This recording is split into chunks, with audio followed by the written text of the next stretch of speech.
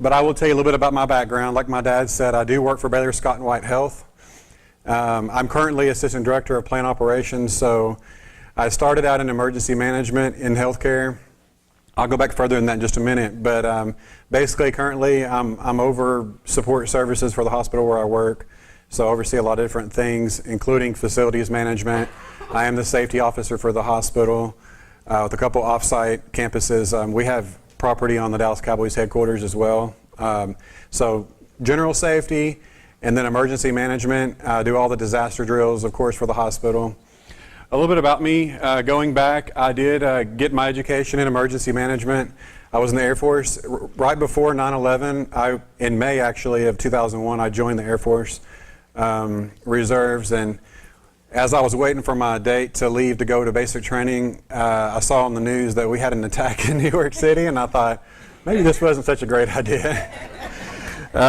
It worked out great. I did do emergency management in the Air Force Reserves for 6 years. And in that, really, you have a lot of chemical defense training. So basically, I was a chemical defense instructor. So emergency management in the military, at least in that time, was a lot different than it is today. Today, post 9/11, we have a lot of all hazards planning.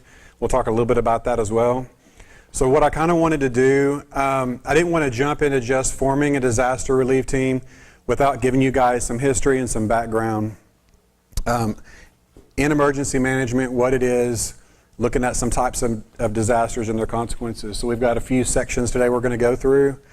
But fast forward with my background, since 2001, I've bounced around. I've done some other not unrelated jobs to emergency management, but I've had my toes in emergency management the entire time, and then continually since 2007. Okay, so I did hazmat response and some other things on there. All right.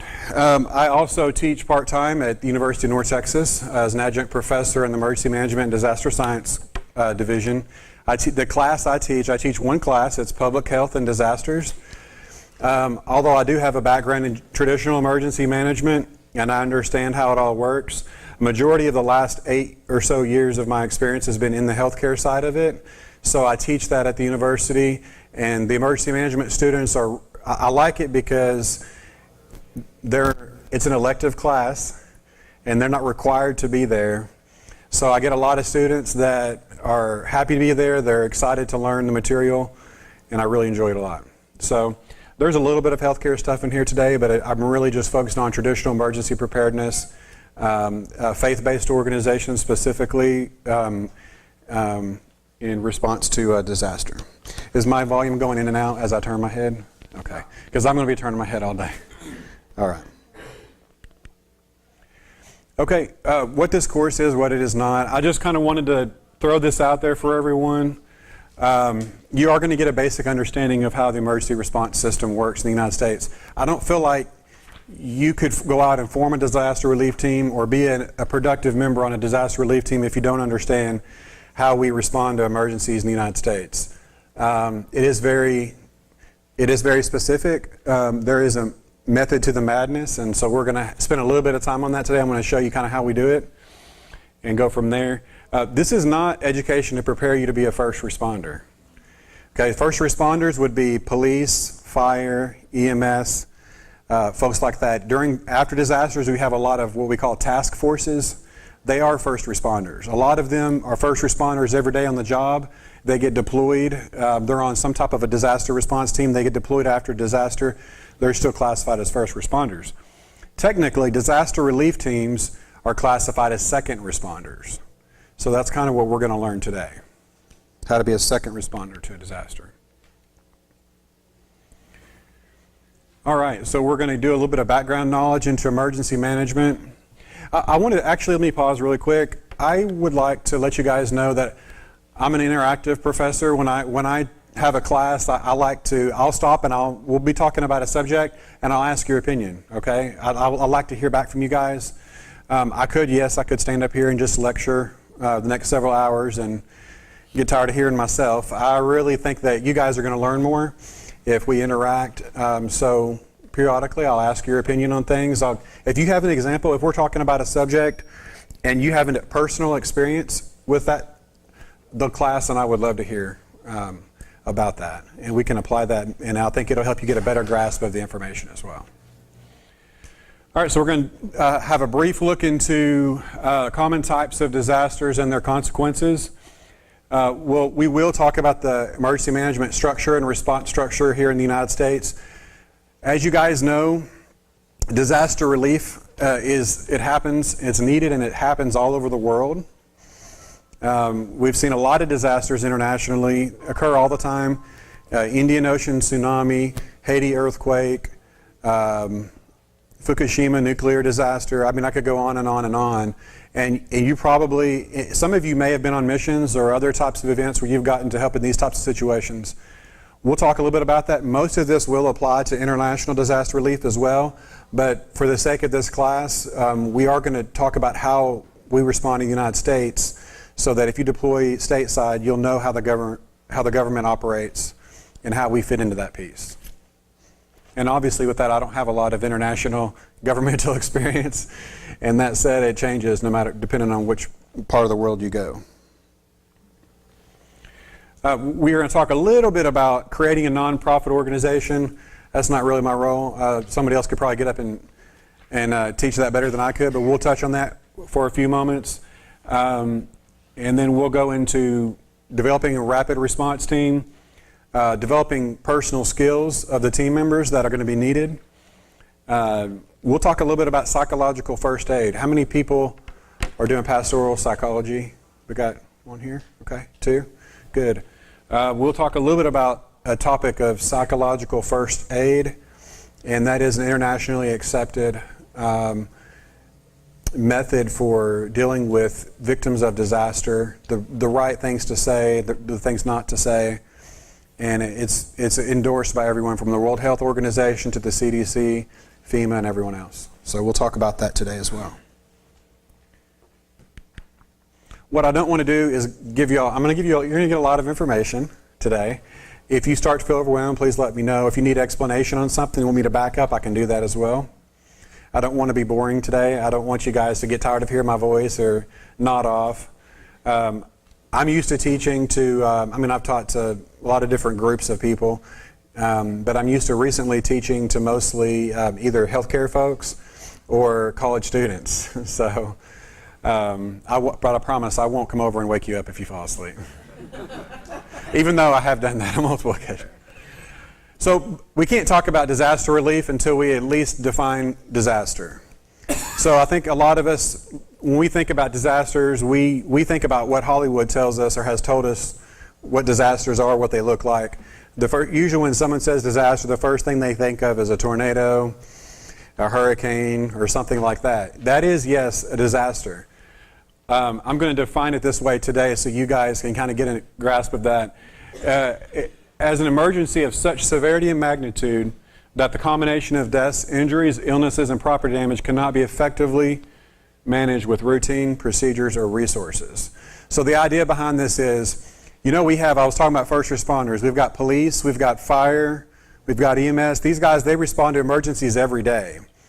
If you told one of them that so-and-so's having a heart attack on the other side of the room, would that be a disaster situation for them? No, it would not. That'd be every day for them, right? So when you define a disaster, it really has to do with the people around us, with the resources we have. Can we handle it or not? If we can, it's not really a disaster. Yeah, emergency, sure, it's an emergency. But for it to be a disaster situation, local resources and abilities have to be exhausted first. So that's what constitutes the difference between an emergency and a disaster. So let's talk a little bit about what does the Bible say about disasters. We're going to talk a little bit first about natural disasters. There's a lot of, I think there's some misconceptions out there with a lot of people. I think most of the people that have a misconception about why disasters happen are probably not in the church, they're not saved, but there are probably those that just have a wrong belief about that. So here's some scriptures that actually talk directly to that. You've got Matthew 24:7, Luke 21, Revelation 6, Revelation 11 and 16. as well touch on that. Here's some of the scriptures. God has said in Bible prophecy that natural disasters would grow in frequency towards the end of the age. We all agree with that? Yeah. And that, kind of the purpose of that would be, it's more to shake people out of their complacency and lead them to seek Him. Does anybody here believe that if a disaster occurs, the victims deserved it? They had it coming? No? Yeah, we don't. So, Luke 13, 1 through 5, those who die in accidents or natural disasters are not necessarily greater sinners than those who survive.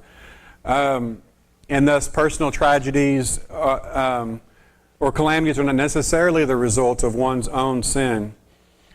Yes, natural disasters and things like that, they should humble us to help us to see our dependence upon God. Okay.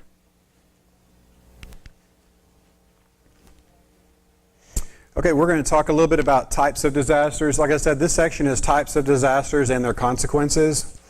So there's a few broad definitions of types of disasters that are out there. And then there's some more narrow definitions, which we're not going to go into today. A technological disaster. So this is real easy to remember.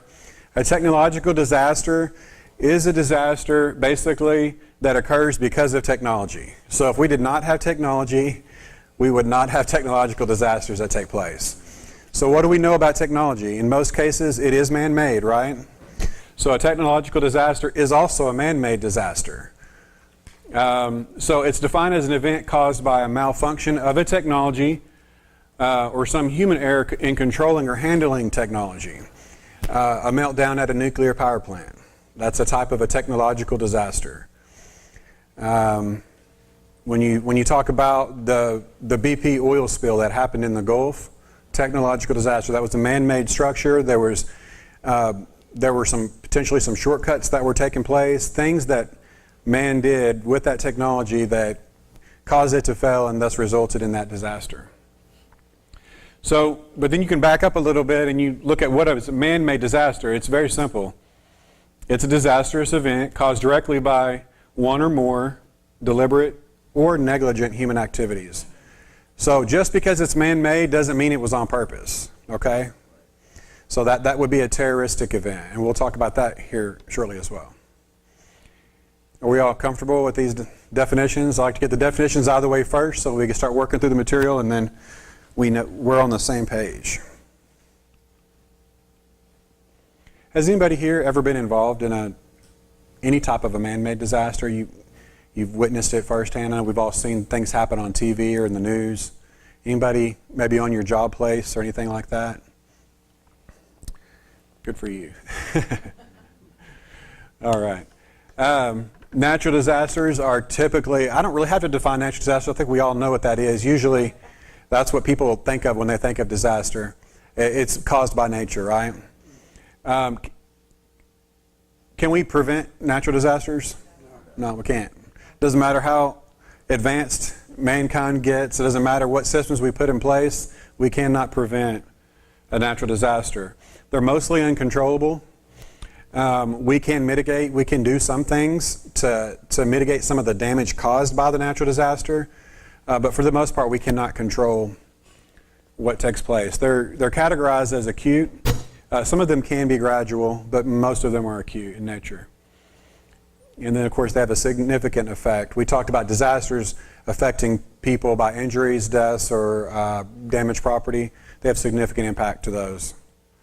Here in this part of the world, we have tornadoes, right? So we're all very familiar with tornadoes. Technological or man-made disasters are also acute. They can, and a lot of times, be preventable and controllable. Not always, though. And then they have a severe effect to people around them and property. It's usually limited to a specific area. Usually. The Fukushima nuclear disaster, 5, 6, 7 years later, we're finding radiated material all the way from Japan, all the way on our coast. So that was not limited to one space. That's spanning the globe now.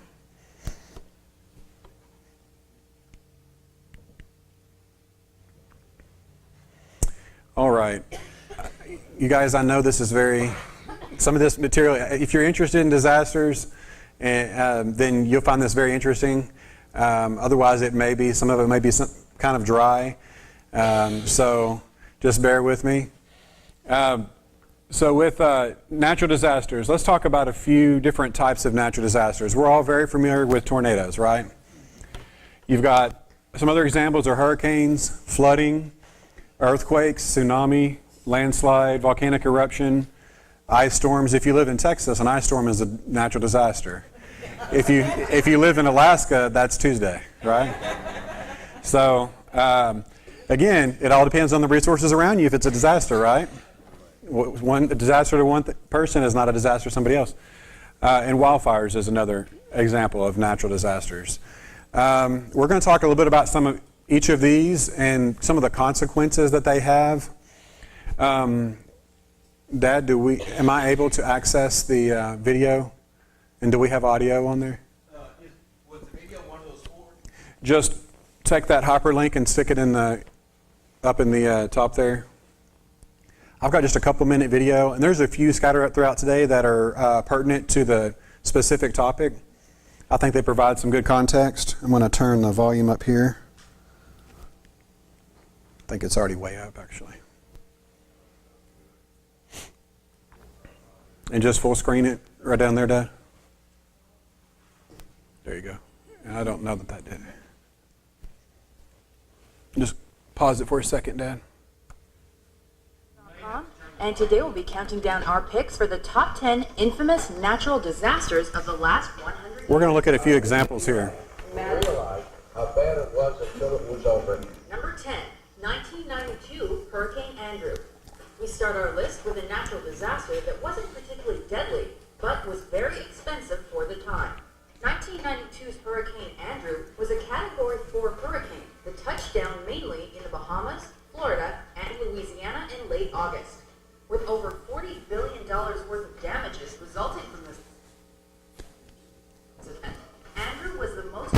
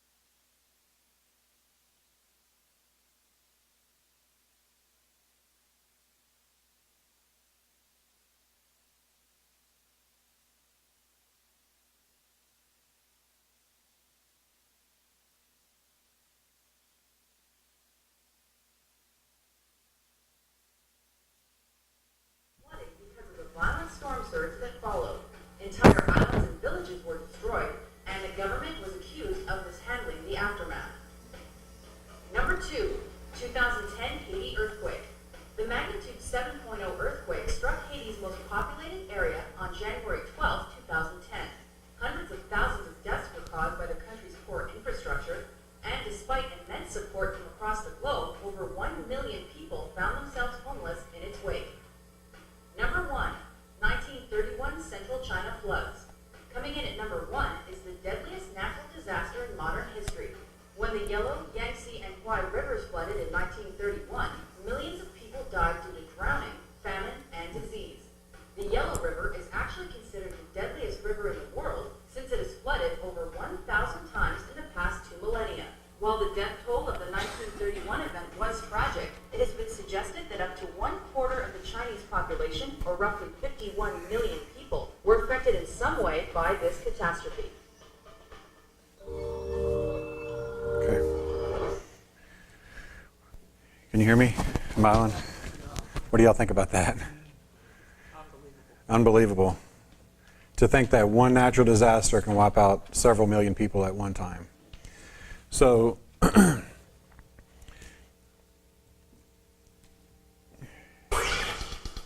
guys, and welcome to another video where today we'll be looking at some of the most incredible...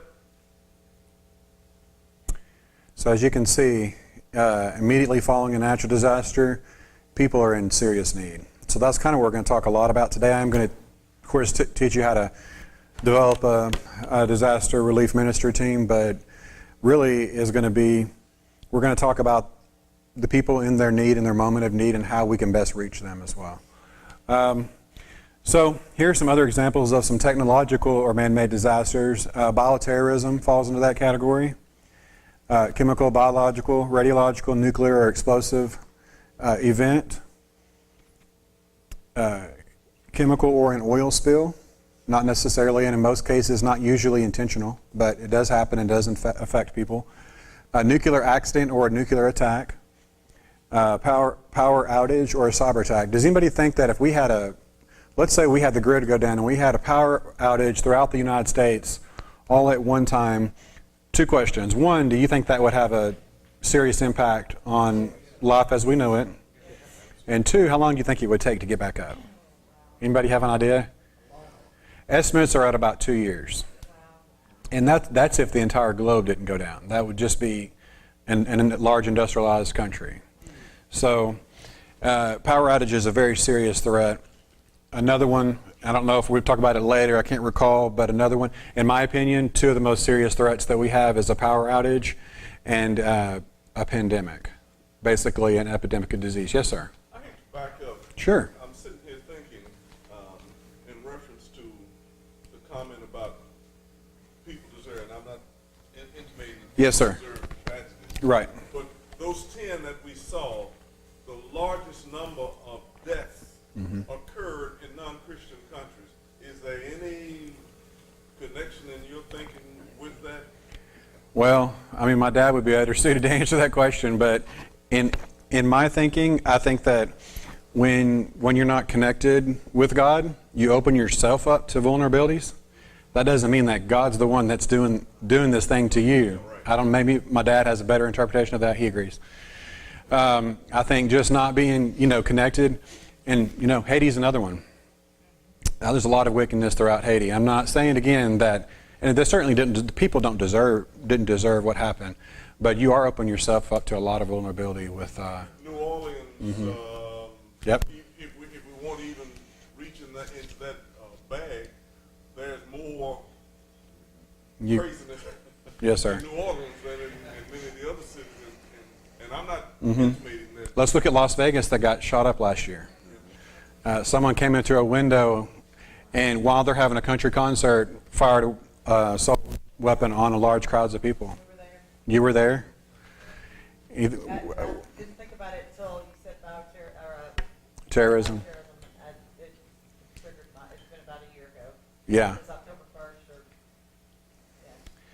Were you guys anywhere in the vicinity when it happened, or you were in the city? We were 3 hotels down. Wow. The hotel that they got shot out of. And we had some friends of ours that we were there with who were actually at the concert. Wow. So you can definitely, it's easy to connect dots, isn't it? When you're looking for something, my opinion is, and it's just an opinion, is that if you're not connected with God, you do open yourself up to vulnerabilities. But that's your fault. It's not to say that God's trying to punish you, but you know. Brian, So I yes, sir. raised that.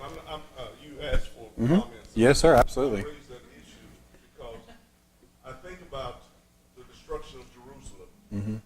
That God warned his people to get out when they saw certain things taking place. And when people reject God's word, then they open themselves up for the disasters, man-made and natural Absolutely. disasters that Yep. can occur. So that's the only reason why I raised Yes, that. sir. I absolutely agree. Yep. Yes, sir. I think we have to be real careful with it, though, not to overdo that. Yep. Because, you know, when the debates came out, you know, everybody was blaming God started that. Right. Punish people. And Yeah. you don't want to go there and be like, you're a good person, and all of a sudden you come down with cancer or some major illness. Yeah. And people question, like Job's friend, what did you do so wrong that God would allow that to happen? Right. You might not be there. Yeah. Just to fall in place of that. But I understand, but we don't want to go too far. I agree with you. I think there's kind of a middle ground there, and I also think that, and Dad can probably articulate this way better than I can. But when you look at the Bible and you talk about, yes, in the Old Testament time before Jesus came and before his blood covered the sins of humanity, it was God looking directly at man, and man looking directly at God is not a pretty sight, because in that situation, man will never measure up, right? So, and during that time, there are instances in the Bible where God did directly punish man. The earth swallowed somebody up, for example, and you could go on and on and on. But I think that's different and separate post Jesus coming and dying on the cross for our sins and things like that.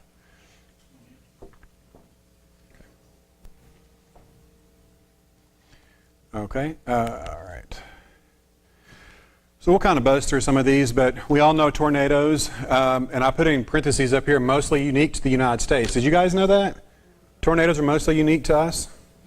Yeah, 98% of the world's tornadoes occur right here in the United States. No, Brian, one of the questions was asked Sure. on the test. It talked about the, I may not word it right, the tornado valley or whatever. Yep, Tornado Valley, Tornado Alley. Yeah, tornado. Is there really such a thing? Yes, there's such a thing. It's just a coined term. It's not a scientific term. But starting from central Texas at the very bottom of it, all the way up through Kansas and Nebraska, that is coined as Tornado Alley. It's where most of the world's tornadoes occur.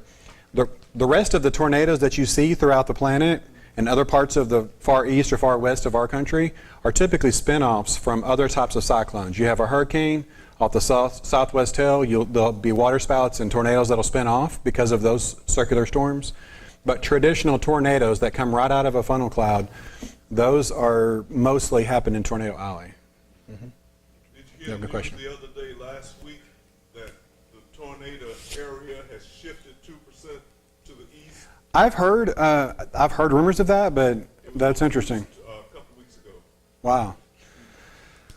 The earth is always changing, isn't it? It's always changing, and not to argue about why it's changing, but it's always changing, and we know that. Okay? So in a tornado type of an event, you've got lots of property damage, right?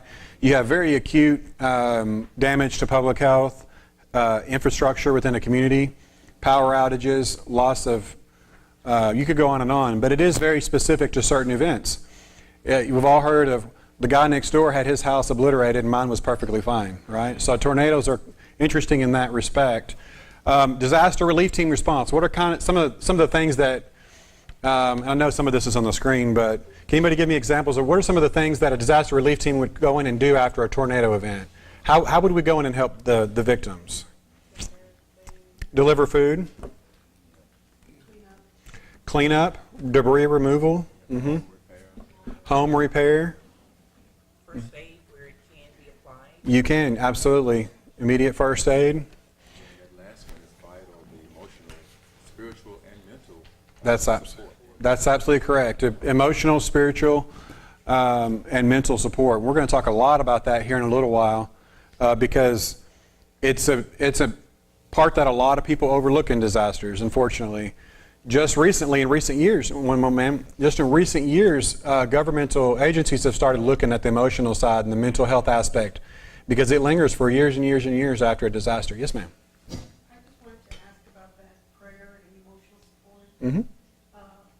You know, so you've just gone through this disaster, and I know that they had said it's a good time for you to minister, Mm-hmm. and I can see how it's easy to do it to a Christian, but what about those that don't, you know, that actually believe that God brought this on them? How does one handle that, you know, because, you know, you want to tell them, you know, let's pray about this, or let's... Well, when we get more into psychological first aid, we're going to talk a little bit, some specifics about the things that you should say and the things that you want to avoid. Yes, in their time of need, it is a good opportunity to introduce Christ, but I think it's better that we meet their physical and most immediate needs first and show that we care about them as a person. And then your example, and then over time you can cultivate and work. There's a thing called Maslow's hierarchy of needs. I don't know if you guys have heard that or not. And yes, it's a man-made theory or whatever, but what it says is if you really want to reach somebody, you have to start by meeting their physical needs first. And there's a lot of things out there that, and the church has done that. You've got food pantries, things like that as an example. We're meeting the physical needs first. That tells an individual that we care about you as a person, right? It connects us to them. We care about you as an individual, and you can introduce Christ a little bit later on or throughout that process. Mm-hmm. That's a really good question. According to the CDC, and this figure is a few years old, but I've looked, and it's still the top. So heat is the #1 weather-related killer in the United States. So you saw these natural disasters in the quick little video we watched, and you've got 650,000 people die in this one, several million die in that one. So keep in mind that heat is still the number one weather-related killer. Okay.